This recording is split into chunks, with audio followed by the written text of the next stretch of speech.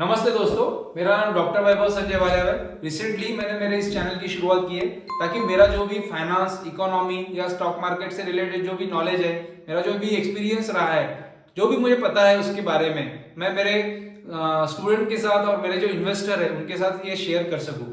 दोस्तों, मेरी भी स्टॉक मार्केट की लॉन्ग टर्म जर्नी रही है। मैंने जब एमबीए में था तब पहले स्टॉक मार्केट के बारे में सुना, वहीं से मैंने मेरे इन्वेस्टमेंट की शुरुआत की थी। शुरुआत मैंने ट्रेडिंग से की, उसके बाद धीरे धीरे मैंने मीडियम टू लॉन्ग टर्म के इन्वेस्टमेंट के ऊपर फोकस किया और करंटली मेरा जो पोर्टफोलियो काफी अच्छे से ग्रो हुआ है दोस्तों। लेकिन इतना आसान नहीं था ये स्टॉक मार्केट की जर्नी, मुझे भी काफी सारी चीजें सीखनी पड़ी। मेरा भी एमबीए में फाइनेंस स्पेशलाइजेशन था, उसके थ्रू मैंने फाइनेंस के ऊपर फोकस किया, उसके ऊपर रिसर्च किया, उसमें काफी सारी चीजों को मैंने सीखा, उसके ऊपर काफी सारे आर्टिकल्स या वीडियोस मैंने देखे, उसके ऊपर स्टडी किया और बुक्स भी पढ़े। तब जाके फिर मैंने धीरे धीरे मीडियम टू और लॉन्ग टर्म जर्नी के ऊपर फोकस किया, ताकि पेशेंस भी रखा कि इन्वेस्टमेंट में पेशेंस जरूरी है दोस्तों। अगर आपने पेशेंस रखा तो यू कांट इमेजिन आप किस तरह अपने पोर्टफोलियो को ग्रो कर सकते हो। दोस्तों, सबसे पहले जब हम स्टॉक मार्केट के बारे में सोचते हैं तो हमें सोचना चाहिए कि हमारे पास इन्वेस्टमेंट के लिए कितने सारे ऑप्शंस हैं। तो हम जब स्टॉक मार्केट को इन सारे ऑप्शंस के साथ कंपेयर करेंगे तब हमको स्टॉक मार्केट का वैल्यूएशन या इंपॉर्टेंस समझ में आएगा। देखिए, रिसेंटली स्टॉक मार्केट काफी ट्रेंडिंग है और हर कोई स्टॉक मार्केट के बारे में जानना चाहता है, स्टॉक मार्केट के बारे में इंफॉर्मेशन गेन करना चाहता है, स्टॉक मार्केट के बारे में गूगल में सर्च करता है। स्टॉक मार्केट के बारे में नॉलेज देने वाले काफी सारे यूट्यूब चैनल्स है, न्यूज है, आर्टिकल्स है, हमेशा न्यूज़पेपर में उसके बारे में बात आते रहती है, न्यूज चैनल्स भी है काफी सारे। लोग हर तरह से स्टॉक मार्केट के बारे में इंफॉर्मेशन गेन करना चाहते हैं। बट दोस्तों, मैं आपसे एक बात करना चाहूंगा कि स्टॉक मार्केट के बारे में जानने से पहले हमको बाकी जो अल्टरनेटिव्स है इन्वेस्टमेंट के, उसके साथ उसको कंपेयर करना चाहिए। देखिए, स्टॉक मार्केट का इंपॉर्टेंस हमें तभी समझ में आएगा या उसका वैल्यू कितना हो सकता है लॉन्ग टर्म में, वो तभी हम अंडरस्टैंड कर सकते हैं जब हम उसको बाकी ऑप्शंस के साथ कंपैरिजन करेंगे। देखिए, सबसे पहले जो ऑप्शंस आता है एफडी। तो अभी रिसेंटली अगर हम बात करेंगे, अगर किसी को अगर एफडी में इन्वेस्टमेंट करना है तो एफडी में अगर आप अपना फिक्स डिपॉजिट करते हो, इन्वेस्टमेंट करते हो, चाहे गवर्नमेंट बैंक में करो या प्राइवेट बैंक में करो या कोई सोसाइटी में करो, तो ज्यादा से ज्यादा आपको 7 to 8% रिटर्न आपको मिल सकता है। दूसरी बात, करंट अकाउंट, सेविंग अकाउंट में भी अगर आप पैसा डालते हो तो उसमें भी आपको जो रिटर्न है वो मिनिमम मिलता है, 4 to 5% आपको रिटर्न मिलता है उस पर।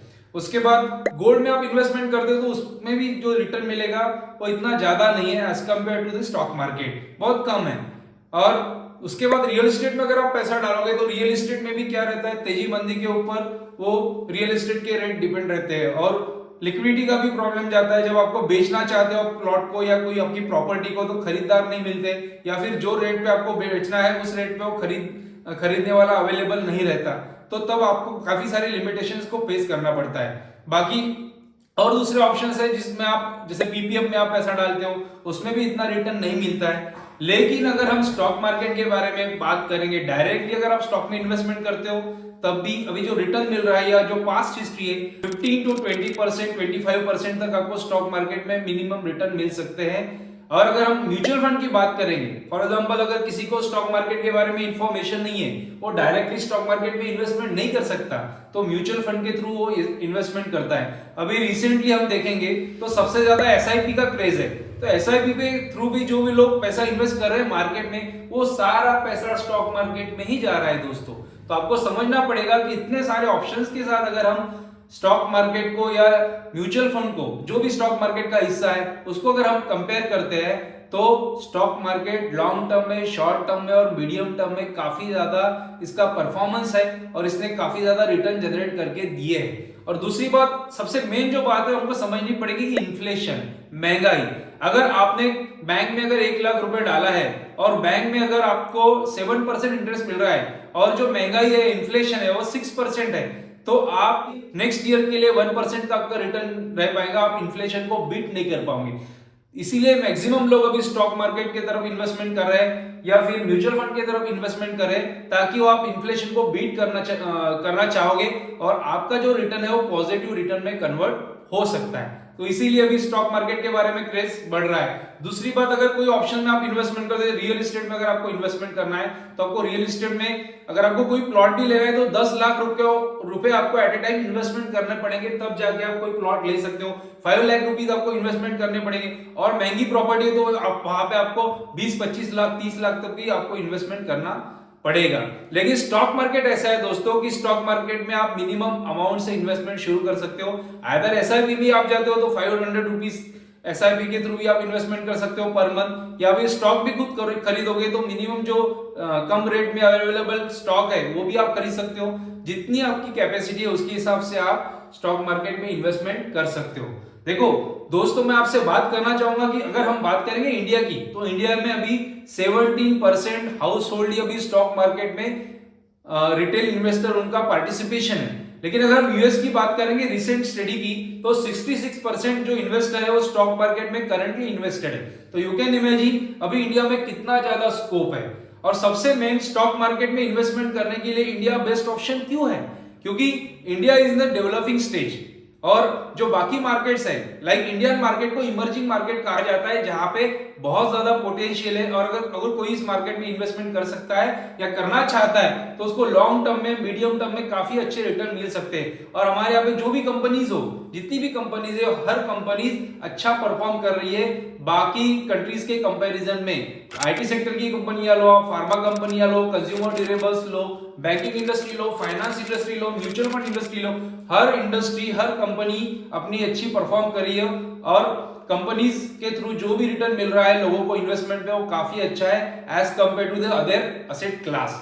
तो दोस्तों, मैं आपको ये बोलना चाहूंगा कि स्टॉक मार्केट को आप एक अच्छा ऑप्शन समझिए इन्वेस्टमेंट के लिए, जो आपको अपने पोर्टफोलियो को एनहांस करने में बहुत ज्यादा हेल्पफुल रहेगा। तो दोस्तों, सबसे पहले मैं बात करूंगा स्टॉक मार्केट। तो स्टॉक मार्केट के बारे में अगर आपको जानना है या समझना है, तो स्टॉक मार्केट के ऐसे काफी लेजेंडरी इन्वेस्टर है जिन्होंने इंडिया में या ग्लोबली इन्वेस्ट किया है और अपने पोर्टफोलियो को बहुत ज्यादा ग्रो किया है, और उनको यानी काफी ज्यादा उनको रिटर्न मिला है उनके इन्वेस्टमेंट पे। काफी लॉन्ग टर्म इन्वेस्टर रहे हो। जैसे हम ग्लोबली अगर हम बात करेंगे तो वॉरेन बफेट की, तो वॉरेन बफेट एक गुरु है स्टॉक मार्केट के, जिनको काफी लोग फॉलो करते हैं, एज अ गाइड उनको कंसीडर करते हैं और एज अ मोटिवेटर उनको कंसीडर करते हैं। काफी सारे उनके आर्टिकल्स हैं, उनके न्यूज चैनल पे इंटरव्यूज हैं, वो गाइड करते रहते हैं, मोटिवेट करते रहते हैं लोगों को। उनके काफी सारे एक्सपीरियंसेस है जो लोगों के साथ शेयर करते हैं, और लोग एज अ गाइड उनको मानते हैं, उनके फिलोसॉफी के थ्रू स्टॉक मार्केट में इन्वेस्टमेंट करते हैं। सेम थिंग अबाउट इंडिया की अगर हम बात करते हैं, तो इंडिया में जो लेजेंडरी इन्वेस्टर रहे हैं ऐसे लोग काफी सारे हैं। तो लेकिन मेन अगर हम बात करेंगे तो राकेश झुंझुनवाला जी। तो राकेश झुंझुनवाला जी के बारे में अगर मैं बात करूंगा तो 1985 से उन्होंने अपने स्टॉक मार्केट की जर्नी शुरू की थी। ओनली 5000 रुपीज उन्होंने मार्केट में इन्वेस्टमेंट किए थे दोस्तों, और 5000 रुपीज का जो उनका पोर्टफोलियो है अभी करंटली 45,000 करोड़ रुपीज का उनका पोर्टफोलियो बना है दोस्तों। तो ये होता है लॉन्ग टर्म इन्वेस्टमेंट का बेनिफिट। काफी बड़े बड़े स्टॉक्स है, काफी अच्छे स्टॉक्स है, जो पहले स्मॉल कैप कंपनीज थी, ऐसे स्टॉक्स में उन्होंने इन्वेस्टमेंट किया था, बाद में वो लार्ज कैप कंपनीज बनी। जैसे सेसागोवा में उन्होंने इन्वेस्टमेंट किया था, टाइटन में उनका इन्वेस्टमेंट था, क्रिसिल में उनका इन्वेस्टमेंट था, ल्यूपिन फार्मा में उनका इन्वेस्टमेंट था।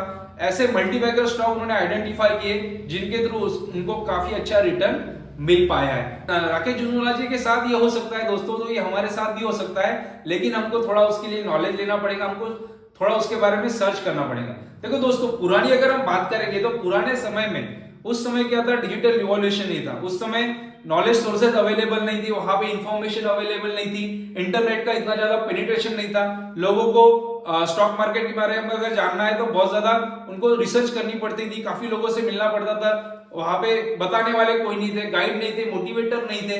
लॉन्ग टर्म स्टोरीज के बारे में, इन्वेस्टमेंट के बारे में बहुत कम इंफॉर्मेशन अवेलेबल थी। और उस वक्त जो था मैक्सिमम जो शेयर ट्रांजैक्शन होता था वो ब्रोकर के थ्रू होता था, ब्रोकर को बार बार फोन करना पड़ता था, और उस समय बहुत सारे स्कैंडल्स भी हुए। उन स्कैंडल्स की वजह से भी काफी सारे लोग स्टॉक मार्केट के बारे में निगेटिव है। स्टॉक मार्केट के बारे में काफी सारे मीथ है कि स्टॉक मार्केट एक गैम्बलिंग है। स्टॉक मार्केट में जो इन्वेस्टमेंट करता है, चाहे इन्वेस्टर हो या ट्रेडर हो, वो जैसे 1% जो लोग हैं वो सक्सेसफुल है, 99% लोगों को उनमें लॉस होता है। ये दोस्तों ये क्यों हुआ है? बिकॉज जो भी स्टॉक मार्केट में इन्वेस्टमेंट करता है, अगर वो नॉलेजेबल नहीं है, उसको एक्सपीरियंस नहीं है, उस वो रिसर्च नहीं कर रहा है और किसी ने बताए हुए इंफॉर्मेशन के थ्रू या टिप्स के थ्रू अगर वो स्टॉक मार्केट में इन्वेस्टमेंट कर रहा है तो ऑब्वियसली उसके साथ वो लॉसेस सफर होने ही वाले हैं, वो लॉस में आ सकता है। अगर आप प्रॉपर स्टडी के साथ, प्रॉपर रिसर्च के साथ, प्रॉपर नॉलेज के साथ अगर स्टॉक मार्केट में इन्वेस्टमेंट करते हो तो आपको लॉन्ग टर्म में काफी अच्छा रिटर्न मिल सकता है दोस्तों।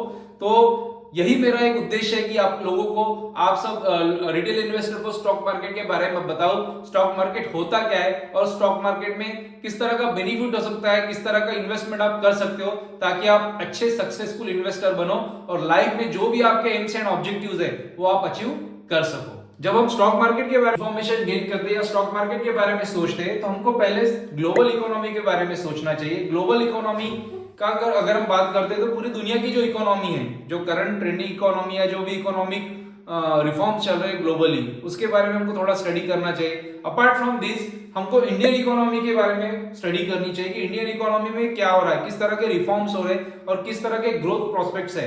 दोस्तों इंडियन इकोनॉमी की अगर बात करते हैं तो वो इंडियन इकोनॉमी काफी सारे सेक्टर्स से बनी हुई है, बहुत सारे सेक्टर्स है दोस्तों इंडियन इकोनॉमी में। इंडियन इकोनॉमी में मेन जो हम बोलते थे पहले कि हमारी कृषि प्रधान इकोनॉमी है, that is agriculture based economy है। बट दोस्तों अभी जो सिनेरियो काफी चेंज हो गया है, हमारी जो इकोनॉमी है ये सर्विस बेस्ड इकोनॉमी है। हमारे यहाँ पे इंडस्ट्री की ग्रोथ हो गई, काफी सारे सेक्टर्स की ग्रोथ हो गई।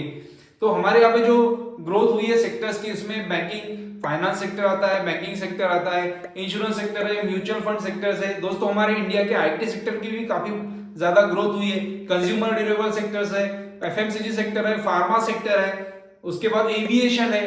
अभी रिसेंटली गवर्नमेंट का जो फोकस है डिफेंस सेक्टर में भी हमारी अच्छी ग्रोथ हो रही है, हमारी कंपनीज काफी परफॉर्म कर रही है। हमारी कंपनी जो पहले इंपोर्ट करती थी अभी एक्सपोर्ट भी कर रही है और हमारी जो इकोनॉमी है, इंडिया की जो इकोनॉमी है रैपिडली ग्रोइंग है as compare to the other countries. तो यू कैन इमेजिन इंडिया के स्टॉक मार्केट में अगर इन्वेस्टमेंट करना है हमको तो हमको सोचना पड़ेगा कि इंडिया में जो सेक्टरल ग्रोथ हो रही है ये काफी ज्यादा होने वाली है फ्यूचर में, आने वाले समय में। जैसे जैसे इंडिया डेवलपिंग स्टेज से डेवलप कंट्री में कन्वर्ट होते जाएगा वैसे वैसे इंडिया की ग्रोथ जो है वो काफी ज्यादा बढ़ रही है। अभी रिसेंटली अगर हम बात करेंगे कि तो इंडिया का जैसे गवर्नमेंट का जो फोकस है लाइक इलेक्ट्रिकल व्हीकल्स के ऊपर गवर्नमेंट फोकस करिए, कंपनीज फोकस करिए, उसके बाद ग्रीन एनर्जी की तरफ गवर्नमेंट का फोकस बढ़ रहा है। पावर की जो डिमांड है कंटिन्यूअस फ्लो में है तो पावर के ऊपर, पावर सेक्टर के ऊपर भी इंडियन गवर्नमेंट फोकस कर रही है। इंडिया नहीं ग्लोबली भी अगर हम बात करेंगे तो आर्टिफिशियल इंटेलिजेंस की डिमांड काफी ज्यादा बढ़ रही है। तो आईटी इंडस्ट्रीज, काफी सारी कंपनी जो आर्टिफिशियल इंटेलिजेंस के ऊपर भी फोकस कर रही है। तो दोस्तों ये सारी हमारे लिए अपॉर्चुनिटीज है स्टॉक मार्केट में इन्वेस्टमेंट करने के लिए। तो हमको समझना पड़ेगा कि कौन से सेक्टर में ग्रोथ है, कौन से सेक्टर में कितनी सारी कंपनीज है और वो कंपनीज किस तरह काम करती है और ऐसी जो कंपनीज है उसमें हमको बेस्ट कंपनी आइडेंटिफाई करनी पड़ेगी, उसके ऊपर लिए रिसर्च करना पड़ेगा ताकि हम उन कंपनीज में इन्वेस्टमेंट कर सके और लॉन्ग टर्म में अच्छा रिटर्न हम गेन कर सके। जैसे प्रीवियसली अगर हम बात करेंगे तो इंडिया में ऐसी काफी सारी मल्टीबैगर स्टोरीज है जो स्टॉक मार्केट में हुई है, लाइक बजाज फाइनेंस है, पेज इंडस्ट्रीज है, एमआरएफ टायर्स है, विप्रो कंपनी है, उसके बाद इंफोसिस है, एचडीएफसी बैंक है, टीसीएस है, रिलायंस है, एयरटेल है। These are all the multibagger stories in the Indian stock market. तो same thing will be going to repeat in the future. Eicher motors है। तो दोस्तों ऐसी ही स्टोरीज फ्यूचर में आने वाली है, फ्यूचर में होने वाली है। ऐसी भी कंपनीज हम अभी है, हमको उनको सर्च करना पड़ेगा, उसके ऊपर रिसर्च करना पड़ेगा ताकि हम ऐसी कंपनीज आइडेंटिफाई करके उसमें मीडियम और लॉन्ग टर्म में अच्छा रिटर्न जनरेट कर पाए। स्टॉक मार्केट की हम अगर बात करेंगे कोई सेक्टर की, फॉर एग्जांपल अगर आप एग्जांपल ले लो कि कोई टेक्सटाइल कंपनी है और टेक्सटाइल कंपनी महाराष्ट्र में उस कंपनी का यूनिट है। अभी कंपनी की मैनेजमेंट या कंपनीज चाहती है कि अपने बिजनेस को एक्सपांड करे, अपने प्लांट जो है टेक्सटाइल कंपनी के जो प्लांट्स हैं उसको बाकी जगह वो एस्टेब्लिश करें। For example they want to establish या start their plant in the UP, Punjab, Karnataka. उनको अपने बिजनेस को एक्सपांड करना है but they are lacking in capital. उनके पास पैसा नहीं है, उनके पास कैपिटल नहीं है। तो दोस्तों उनके पास क्या ऑप्शंस रह जाते हैं कि वो पैसा कहां से जनरेट करें। तो पहला ऑप्शन है उनके पास कि खुद का पैसा डालें, लेकिन उसको लिमिटेशन है।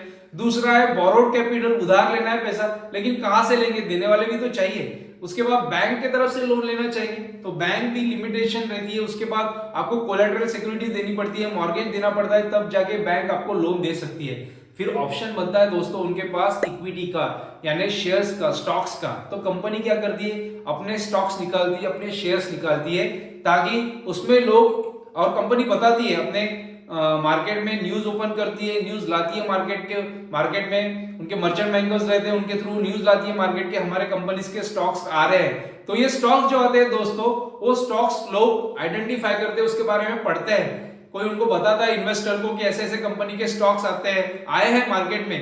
तो दोस्तों जो रिटेल इन्वेस्टर होता है या जो भी इन्वेस्टर है वो सब रिसर्च करते रहते हैं कि कौन से कंपनीज है, कंपनी का जो आईपीओ आया है, कंपनी देखो जो भी स्टॉक्स आते हैं वो सबसे पहले निकालते हैं, उसमें आईपीओ आता है, इनिशियल पब्लिक ऑफर, यानी अपने कंपनीज के stock according to their capital requirement उतने शेयर्स जो रहते हैं मार्केट में आईपीओ के थ्रू लाते हैं, ताकि रिटेल इन्वेस्टर या जो भी इन्वेस्टर उसमें इन्वेस्ट करना चाहे, रिटेल हो या फिर अगर लार्ज स्केल पे जो इन्वेस्टर उसमें इन्वेस्ट करना चाहे वो उसमें इन्वेस्ट कर सकते हैं। तो इन्वेस्टर क्या करता है, रिसर्च करता है, सर्च करता है कि कंपनी के जो आईपीओ आया है कंपनी कैसी है, कंपनी के ग्रोथ प्रोस्पेक्ट क्या है, कंपनी के फंडामेंटल्स कैसे हैं, कंपनी के जो प्रोडक्ट है, कंपनी के जो क्लाइंट है, कंपनी की जो पास्ट हिस्ट्री है, करंट जो सेल्स है या प्रॉफिट है वो किस तरह है, फ्यूचर के ग्रोथ प्रोस्पेक्ट कैसे हो सकते हैं, वो सारी रिसर्च करने के बाद लोग दोस्तों उसमें इन्वेस्टमेंट करता है। तो आपको समझना पड़ेगा स्टॉक क्या है। स्टॉक यानी कंपनी अपने शेयर्स जो मार्केट में निकालती है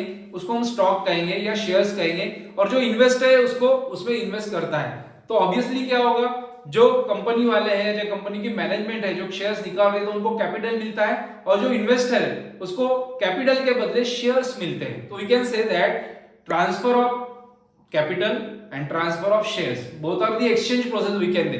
कंपनी जो है कंपनी शेयर देती है इन्वेस्टर को, इन्वेस्टर जो होता है बदले में कैपिटल देता है। तो आपको समझ में आया स्टॉक क्या होता है। अभी दूसरी बात, ये स्टॉक होता क्या है, कैसे आता है मार्केट में। देखो दोस्तों, ये जो स्टॉक आता है पहले आईपीओ के थ्रू आता है, जहां पे फर्स्टली जो रहते हैं शेयर्स क्रिएट किए जाते हैं और वो आईपीओ के थ्रू लोग अप्लाई करते हैं और आईपीओ के थ्रू लोगों को बेनिफिट बहुत मिलता है। अभी रिसेंटली जो इरडा का आईपीओ आया था, इसमें काफी सारे रिटेल इन्वेस्टर ने इसमें आईपीओ में इन्वेस्टमेंट किया था, और जिनको आईपीओ में शेयर्स अलॉट नहीं उन्होंने सेकेंडरी मार्केट में फिर शेयर्स को लिया, बाय किया।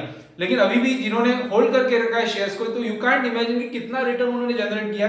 दोस्तों 4 to 5 टाइम्स रिटर्न मिला है within 2 month. Current date में अगर मैं सोच रहा हूं तो अभी रिसेंट जो प्राइस है वो 195 रुपीज चली है दोस्तों। तो यू कैन इमेजिन कि जो स्टॉक 50 रुपीज से लिस्टिंग हुआ था उसके बाद अभी इतना रिटर्न उसके ऊपर जनरेट हुआ है, और ग्रोथ प्रोस्पेक्ट फ्यूचर में भी है। तो बहुत सारे इन्वेस्टर है, वो इन्वेस्टर ने अभी स्टॉक फ्यूचर के लिए होल्ड किया है।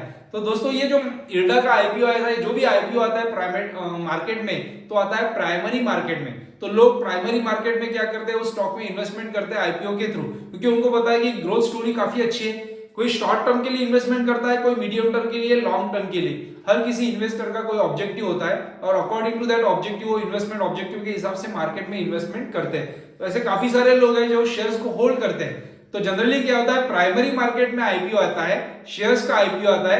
यानी प्राइमरी मार्केट ऐसा मार्केट है इंडिया का जहां पे क्या होता है, शेयर्स को लाया जाता है, क्रिएट किया जाता है फर्स्ट टाइम कंपनीज के तरफ के, कंपनीज के जो इश्यूअर्स रहते हैं उनके तरफ से। लोग उसके लिए अप्लाई करते हैं, शेयर बिडिंग करते हैं, लोगों को शेयर्स मिलता है। तो मे बी वो आईपीओ क्या होता है, बाद में सेकेंडरी मार्केट में लिस्ट होता है। According to the fundamentals, technicals जो रहते हैं कंपनीज के, उसके हिसाब से क्या रहते हैं, स्टॉक की प्राइसेस बढ़ते रहती है, कम होते रहती है। उनकी जो ग्रोथ है, जिस तरह कंपनी की ग्रोथ चल रही है उसके अकॉर्डिंगली उसके प्राइसेस मूव होते रहती है। डिमांड और सप्लाई का भी खेल है दोस्तों, क्योंकि आपको पता है जिस कंपनी की डिमांड अच्छी रहेगी, कंपनी की ग्रोथ अच्छी है और लोग उसमें इन्वेस्टमेंट करना चाहते हैं, ऐसे कंपनीज के स्टॉक बढ़ेंगे। और उस समय सप्लाई कम आएगा, लोगों की डिमांड ज्यादा है, सप्लाई कम है, तो ऑब्वियसली क्या होगा, शेयर्स की प्राइस बढ़ने वाली है। सेम थिंग द इकोनॉमिक जो हमारा फंडा रहता है, डिमांड और सप्लाई, वैसा ही फंडा स्टॉक मार्केट के भी रहता है, एप्लीकेबल है। तो दोस्तों मैं यही कहना चाहूंगा कि प्राइमरी मार्केट में कंपनी का आईपीओ होता है, शेयर्स होता है, और सेकेंडरी मार्केट में क्या होता है, वो कंपनी लिस्ट होती है जहां पे ट्रेडिंग होती है शुरू कंपनी के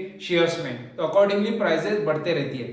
तो अभी करंट जो अगर बात करेंगे तो इंडिया में जो एक्सचेंज है, जैसे बीएसई है, बॉम्बे स्टॉक एक्सचेंज है, और एनएसई नेशनल स्टॉक एक्सचेंज है, ऐसे काफी सारी कंपनीज एक्सचेंज पे लिस्टेड है, जहां पे शेयर जो रहते हैं वो एक्सचेंज होते हैं। यानी कोई बाय करता है, कोई सेल करता है, तो एक प्लेटफॉर्म होता है एक्सचेंज, जिसके ऊपर बाइंग सेलिंग का प्रोसेस वहां पे परफॉर्म होता है। तो यू कैन इमेजिन कि बीएसई जो है या एनएसई जो है एक्सचेंजेस है जहां पे लोग शेयर्स को खरीदते हैं या बेचते हैं। अब दोस्तों मैं आपको इसलिए बताना चाहता हूं, जो रिसेंट में स्टॉक के बारे में बात करूंगा।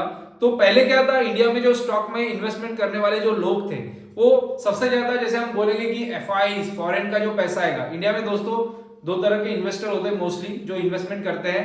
रिटेल इन्वेस्टर तो रहता है, लेकिन DIIs रहते हैं, डोमेस्टिक इन्वेस्टर इंस्टीट्यूशंस, यानी इंडिया की बैंक्स, इंडिया की म्यूचुअल फंड, इंडिया की गवर्नमेंट एजेंसीज, LIC आ गया उसमें, GIC हो गया, पेंशन फंड्स, तो ऐसे लोग इंडिया के जो है वो इन्वेस्टमेंट करते हैं, तो उनको हम DIIs कहते हैं। और FIs जो रहते हैं, फॉरेन इन्वेस्टर इंस्टीट्यूशंस, यानी फॉरेन की जो बैंक्स है, फॉरेन की जो फाइनेंस कंपनीज है, म्यूचुअल फंड कंपनीज है, वहां की जो गवर्नमेंट एजेंसीज है, वो भी इंडियन मार्केट में इन्वेस्टमेंट करती है।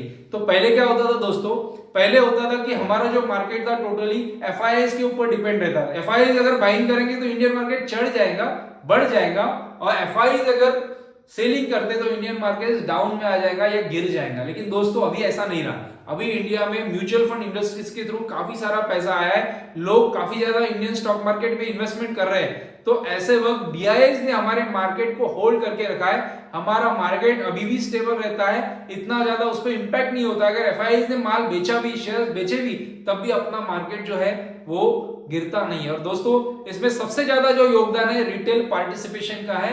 इंडिया में काफी सारे जो रिटेल इन्वेस्टर है अभी इंडिया में खुल के इन्वेस्टमेंट कर रहे हैं। और जो जैसे डिजिटल रिवॉल्यूशन हुआ है, डिजिटल रिवॉल्यूशन की वजह से क्या हुआ है, काफी सारे डीमैट अकाउंट खुले हैं इंडिया में, लोग ऑनलाइन अपने स्मार्टफोन के थ्रू, एप्स के थ्रू अभी ट्रेडिंग कर रहे हैं। अगर आपको चाहिए फोन करने की जरूरत नहीं, आप खुद ही ऑनलाइन अपने कन्वीनियंस के हिसाब से स्टॉक्स में इन्वेस्टमेंट कर सकते हो। जिसको डायरेक्टली स्टॉक के बारे में नॉलेज नहीं है, म्यूचुअल फंड इंडस्ट्री के थ्रू, म्यूचुअल फंड के थ्रू इन्वेस्टमेंट करता है। और सबसे ज्यादा जो इंडिया में पैसा आ रहा है वो SIP के थ्रू आ रहा है दोस्तों।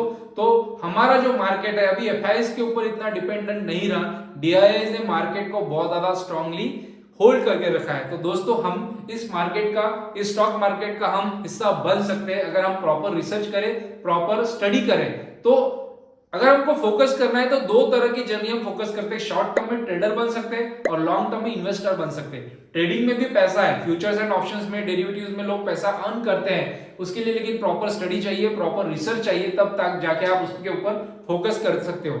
शॉर्ट में भी अगर आपको स्टॉक के ऊपर अगर स्टडी करना है, शॉर्ट में स्टॉक में अगर आपको ट्रेडिंग करना है तो आप ट्रेडिंग में भी पैसा कर सकते हो, कमा सकते हो। उसके लिए आपको टेक्निकल एनालिसिस सीखना पड़ेगा, उसके ऊपर भी हम फोकस करेंगे नेक्स्ट वीडियो में। और अगर आप कंपनीज के ग्रोथ के ऊपर अगर फोकस करना चाहते हो, कंपनीज की जो फंडामेंटल एनालिसिस के ऊपर अगर आप फोकस करोगे, कंपनी के ग्रोथ के ऊपर, उसके फाइनेंशियल्स के ऊपर, तो लॉन्ग टर्म में आप इन्वेस्टर बन सकते हो और लॉन्ग टर्म में आप अच्छा मार्केट में रिटर्न कर सकते हो। तो आपको दो ही चीजों के बारे में सोचना है, समझना है कि अगर आपको ट्रेडर बनना है तो you have to focus on the patterns, on the trends, you have to understand the trend analysis. उसके बाद टेक्निकल्स रहते हैं, उसके ऊपर भी आपको थोड़ा रिसर्च करना पड़ेगा, उसका नॉलेज लेना पड़ेगा। विदाउट नॉलेज आप उसमें इन्वेस्ट ना करो, ये मेरा आपको सजेशन है। अगर लेकिन लॉन्ग टर्म में अगर हम बात करेंगे तो लॉन्ग टर्म में आप कंपनीज के फंडामेंटल्स के बारे में सोचो, कंपनी का EPS किस तरह ग्रो हो रहा है, कंपनी का P कैसा है, कंपनी की जो सेल्स है बढ़ रही है नहीं बढ़ी, कंपनी के ऊपर कितना डेब्ट है, कंपनी किस तरह ग्रो हो रही है।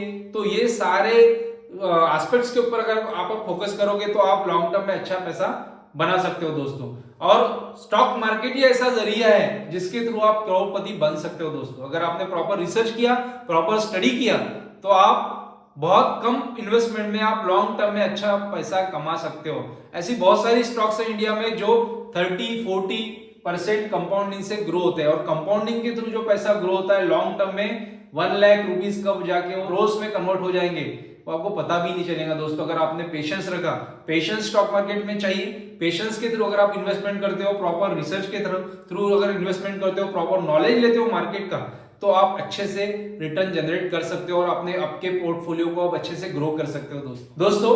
ये वीडियो अभी तक आपने देखा है और फ्यूचर में भी ऐसे वीडियो अगर आपको चाहिए, इस तरह की इंफॉर्मेशन अगर आपको सीखनी है, उसके बारे में अगर आपको नॉलेज लेना है, तो ऐसे ही कंटेंट मैं फ्यूचर में बनाने वाला हूं दोस्तों। तो प्लीज मेरे इस चैनल को आप सब्सक्राइब कीजिए। अगर आपको ये वीडियो अगर आपको पसंद आया है तो आप इस वीडियो को लाइक कीजिए और आपके बाकी जो दोस्त हैं उन सबके साथ इस वीडियो को शेयर करिए दोस्तों। Thank you.